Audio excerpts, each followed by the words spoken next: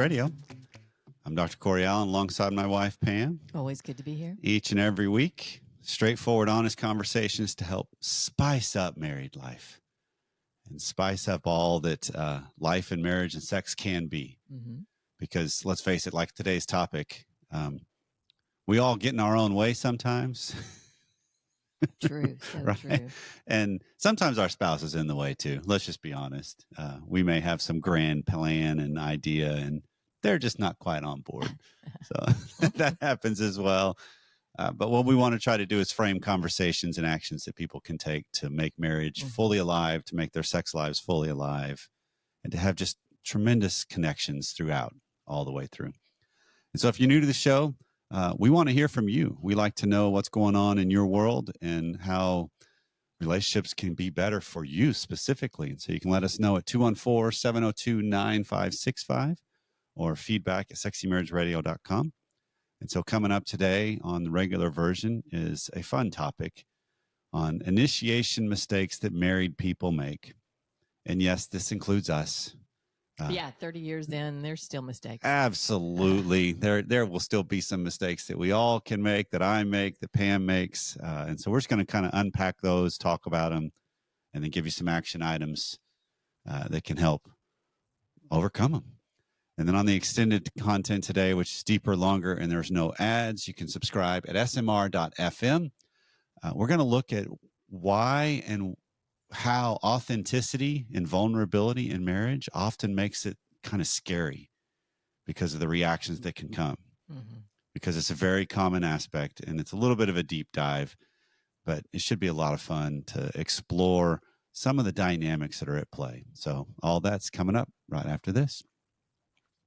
Okay, Pam, so we've got to set this up for those that might be new to the nation, which welcome, by the way, if you're new to the nation. Yeah, so glad you found us. But one of the things that happens in married life is there are common patterns that take place, right? Common interaction patterns, common dynamics, roles we all play, one of which will be referred to quite a bit is the higher desire, lower desire concept, where one person is the higher desire for something and the other will just by de facto be the lower desire. And there's nothing going wrong there. It's just points on a continuum. Right. Low desire is not no desire. It's just not as high of a desire. Right. And it's always comparative. Yeah. And one of the things that's interesting that sets the stage that makes it different when you're talking about initiation and aspects of creating sexual encounters, that all of the popular magazines and shows and everything that try to, here's 42 ways to, if one of those actually worked, there would just be one magazine ever sold. Right. Right. Because here's the tips, done. Everybody does them. You got it. Mission accomplished. Hand that down to your kids. But Merry Christmas.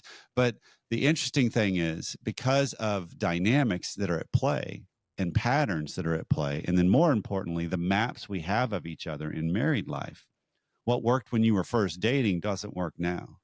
What worked maybe when you were earlier in your marriage won't work now. What works now wouldn't have worked later. Mm-hmm. And a lot of this is because we have a map of each other that ultimately what we're doing is we're fighting my map of you more than I am you when it comes to how I interact with you. I assume you're going to do X, Y, Z. Maybe you will. Or in the past. That's just what in the past you've done this. Yeah. And so therefore I have a hard time getting that out of my head to see it as, I think of this as, let's go tech for a second. I think of them in the versions and the concepts of software iterations. Okay. Right? That see everybody that has an iPhone or a Android or any sort of computer, you'll get updates. There's new software out every year. Apple's renowned for every September, here comes the new iOS. Well, it's very easy for me in my particular case to think Pam is operating under Pam 3.0, when in reality, she could be very well right now, as we're sitting here recording this, Pam 9.0. And I have not updated my map to where I'll talk myself out of something, which I just gave away one of our initiation and mistakes that we do. I'll talk myself out of it because, nah, she wouldn't. She's not interested. And it's because 3.0 wasn't.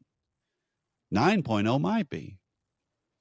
And so there's an element of recognizing the framework of this matters, the playground in which we all operate in married life, because we have more data on each other. Whereas if you're just dating somebody, you don't have a whole lot of history in this data. It's funny, though, that we have more data, but we still cling to certain bits of data sometimes, like you're referring to. There are big ones that just get lodged in there. With these ones that make me think my spouse is still on a 2.0. Right. And some of that probably is surrounding the depth in which that lands on us when it actually happened, because it was so shocking or almost traumatizing or something. And so therefore it gets ingrained deeper in the brain. Yeah.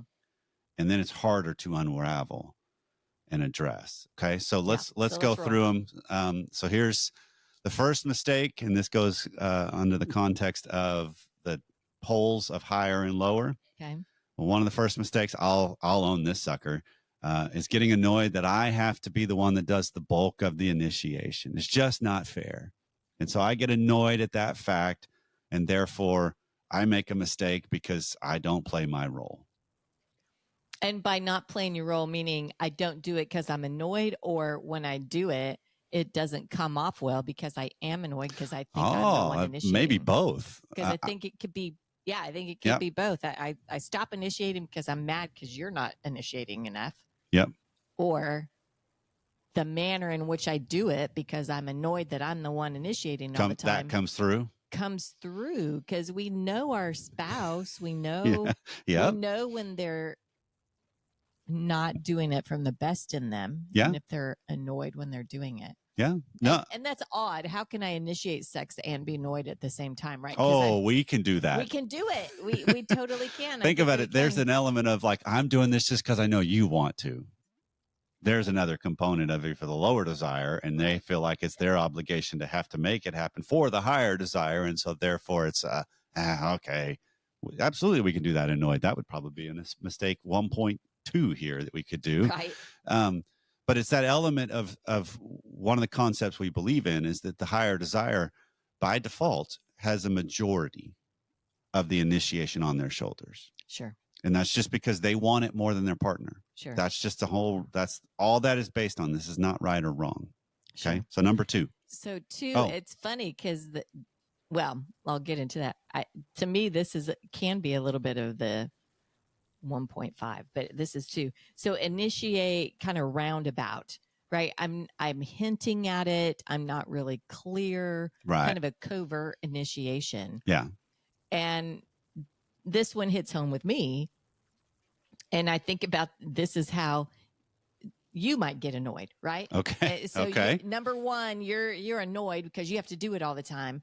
Well, number 2, if I'm being convert, me, the lower desire, and the ways that I would initiate early on in marriage for sure was you weren't picking up on it. Mm-hmm. Because it was so covert. Mm-hmm. It was, I would wear something that I thought would turn you on, right? To be provocative, or whether it be undergarments or which I may have no idea about. Right, you don't know I put on those undergarments that day. Right. You have no idea. Unless I tell you, well, that would be a little more. That's a little more overt. Absolutely. But when you don't recognize that I've done that. Right. And I get mad because I want credit for.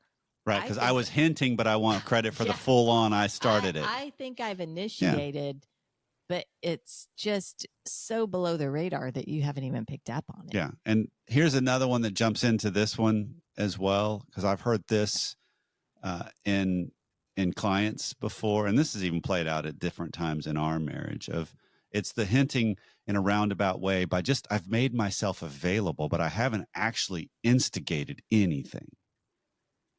Yeah. Fair. Like I showed up and here I am. Now it's your turn. Go take the reins and run with this thing. Right. And not that that's necessarily a bad thing, but when it's covert, that's the problem, because you're not being clean about wait, no, I am interested in this. Let's do this. Mm-hmm. And even if you just vocalize that, that's a different context completely. Right. Yeah, agreed.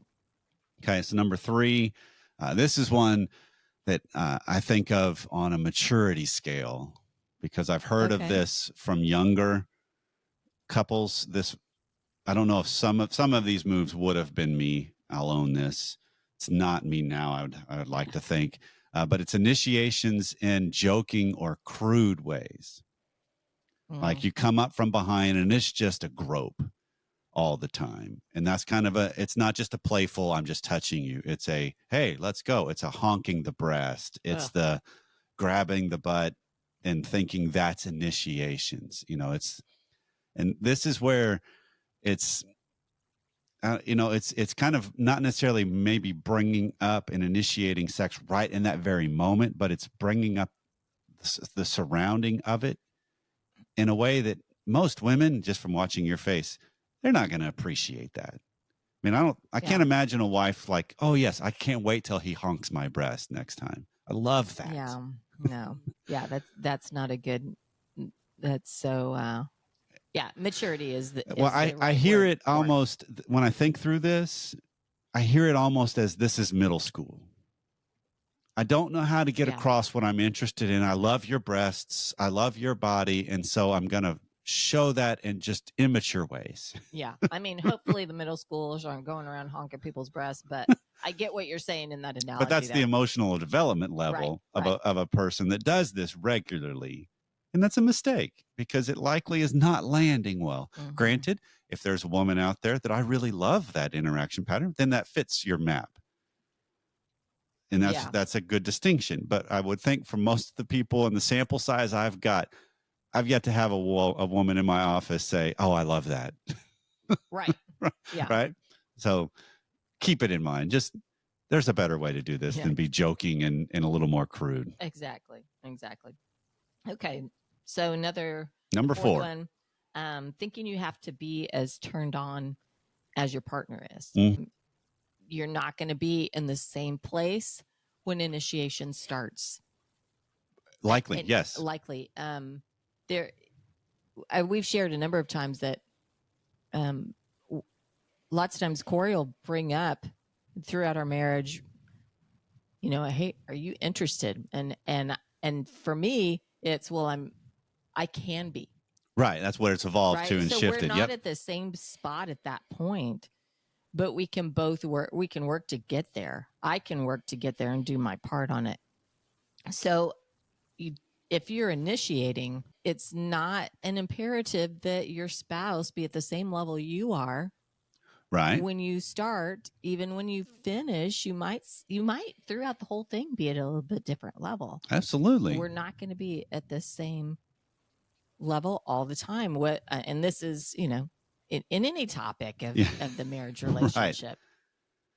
But the important factor is it's a chosen thing, because if I'm not at the level, it's like, you know what? It's been a while. I'm interested, but my body's not feeling it. So it's a mental decision to head towards that oftentimes the body can follow.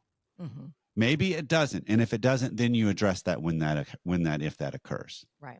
But there's still this element. And I think this is a big distinction to recognize. This is based on freely chosen, consciously directed actions. It's not, oh, I've got to because his meter's been running or her meter's been, and like that could be the impetus of it, but I freely choose it. That's a different context. That's the more growth oriented context. Mm-hmm. Because there is an element of based on the map.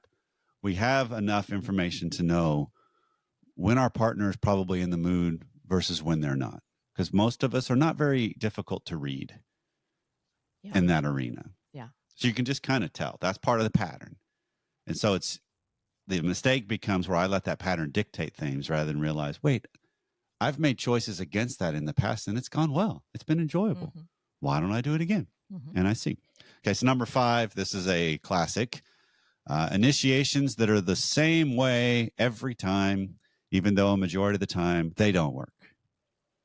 I keep running into this with higher desires that are like, well, they always say no. I'm like, okay, well, walk me through your your normal initiation pattern. Yeah. Well, it's the only time we can get together is right when we're climbing into bed. And so that's the only time I can really make the move. And by then they're tired. I'm frankly a little tired too, but my arousal pattern is high enough to make it where I'll forego a little sleep to try this out. And of course, right when you're getting into bed, everybody's tired. It's been a long day. Yeah. Particularly if there's been no build up towards it. Yeah. And so it becomes this pattern of, I just do it the same way every time, which makes it really easy to realize I'm not likely going to get a different result if I'm objective. You know, that's insanity, right? Same thing over and over, expecting a different result. And so this also is not assisted by how it's perpetuated in society. I mean, TV shows, movies can still have this component of, it's a couple, it's a romantic comedy. They've been doing different things all day. They're both exhausted, but they climb into bed and boom, they're rolling right after, you know, and it's like, come on. So it's recognizing I got to try different patterns. I got to recognize what are my patterns and how do I do something a little bit different. Yeah.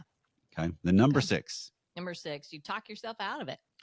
This is a big one. That's a poor initiation. Well, I mean, I guess that you're not initiating if you're talking yourself out of it. Right. So, well, this is your mistake because you haven't actually done it. Yes. Yeah, it's my mistake because I'm not doing it. And you're looking at a lot of different things there. I'm assuming they're going to be too tired. That kind of goes back to the prior And first off, this is built on the premise and the belief that everybody has moments in their day throughout a month where a thought occurs of, ooh, sex would be interesting to try right now. I could see myself, you know, where there's a horniness factor, there's some sort of trigger, there's something that brings it on your mind. Okay. Right? I'm going to just be willing to bet, based on the memory systems we've got and the biology we have, that's what this is going to be based on. That I have a thought about it, but then I talk myself out of it. And I talk myself out of it because maybe it brings shame. Sure. Maybe it brings unknown. I've got a script of what I think my spouse will or won't do, or how they will or won't react. Right, because maybe I've done it in the past and they said no, they weren't interested, and so there's fear. Maybe there's fear in that. So those things will, I mean, you can't, if you don't try something, right? You're never going to. This one strikes home with me because I'll have a day where I've been interested in having sex and making moves with you that night, and then I've not mentioned anything about it during the day. Because sometimes I'll be better at the sense of, hey, I'm coming after you tonight. I just kind of announce an intention. So that way you at least know and you can be upfront about it. Nah, don't even try, you know, or it could be, all right, we'll see where this goes for you. You know, we can kind of make it playful. But there are other times where I've had the thought and then the day finally gets to where we're together and then I'm reading you and it's like, well, she's not going to be interested. She's had a long day. She's mad. She's frustrated. That went poorly, you know, and so I talk myself out of it and I can play it as I'm just trying, I don't want to add one more. So it's kind of coming from nice rather than recognizing most of the time when I do that, I claim I'm being good when in reality, no, I'm really blaming you on why I couldn't. And that's the worst in me, that I've got to recognize and ferret out to see that I'm blind to. Yeah. So we'll see where you go with that in the future. Right. So it's got to be better on showing up even with what I'm reading. So there's also some other things. This is one you and I've had where there's maybe been talk about it, but then you come in and I've got my phone because I'm reading, because I read off of my phone, right? That my Kindle app is on my phone. And that's a break for you. It is. I can't stand coming in and you're on your phone. Right. I know you're reading, but it's something about that device. Yeah.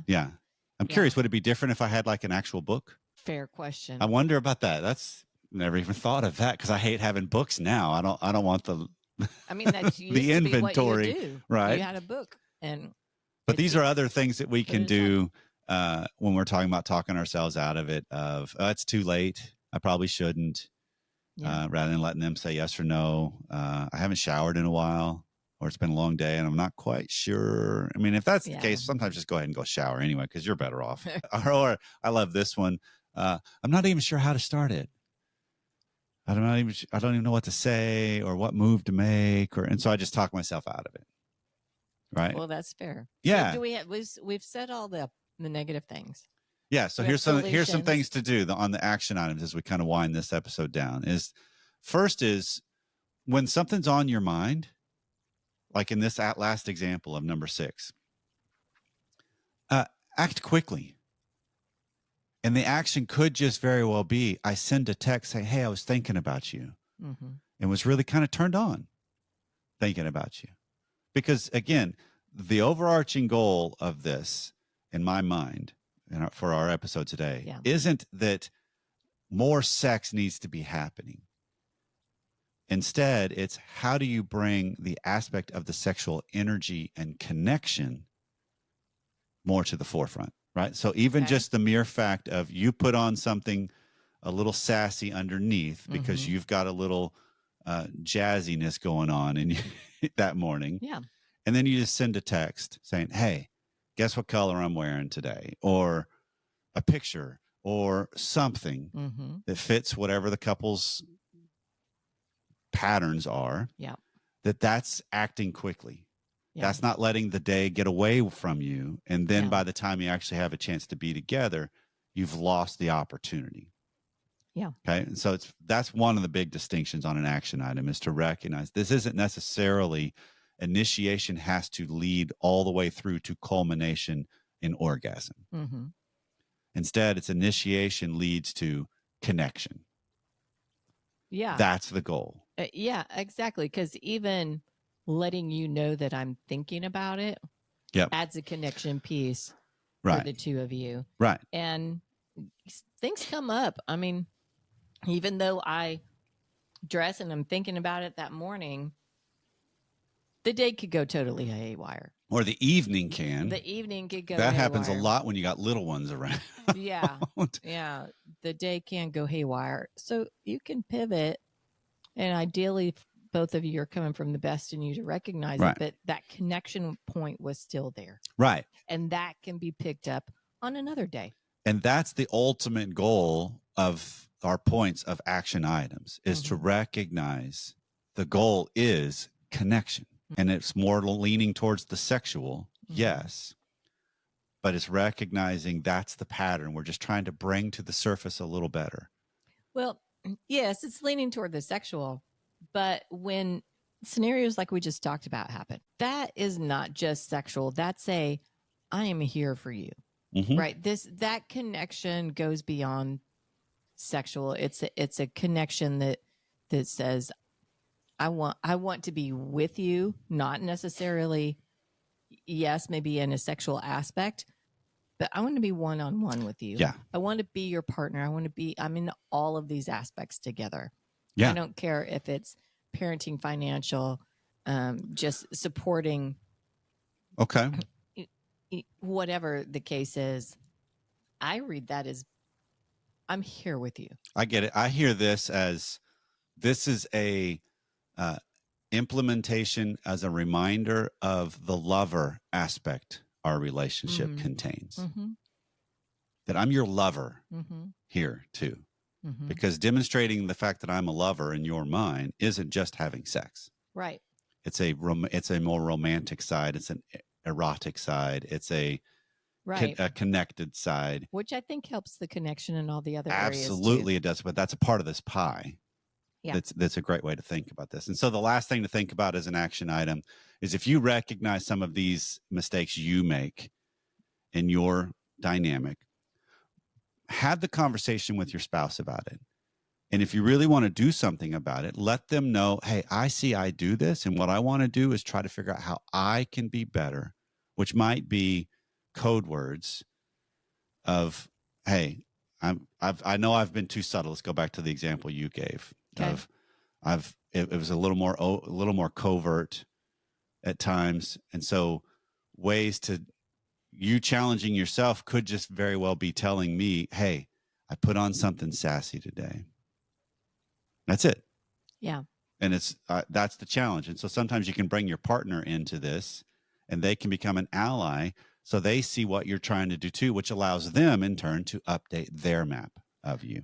Okay. So on a more difficult level here, that's me analyzing myself, which we think all of us should be That's doing. step one, right? always. I should look at myself here. Step say, 1, 2, and 3. What am I doing here that is my part? We've got people that listen, that both spouses listen. And so hopefully they're both looking at themselves and asking that question. Yep. We've got a lot of people that they're the only spouse that listens. Correct. And they're frustrated with the other half. Correct. And they're listening. Hopefully they're seeing, here's what I do, and not just, oh, my spouse does that. Right.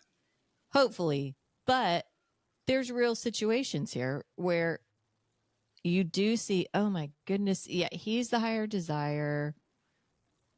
And he initiates the same all the time. He's not asking me, hey, is there anything here? Right. Hey, I see this. Why is this not working very well? How do you bring this up with your spouse? Do you bring it up? Well, I think there's an element of you can, in the sense that, hey, I need to be clearer about some of the things that really do annoy me about our pattern, on how it. And do you use the word annoy? On how it impacts me. I think you could frustrate me. Some of the things that get in the way. Some of the things that are self-fulfilling prophecies. Mm-hmm.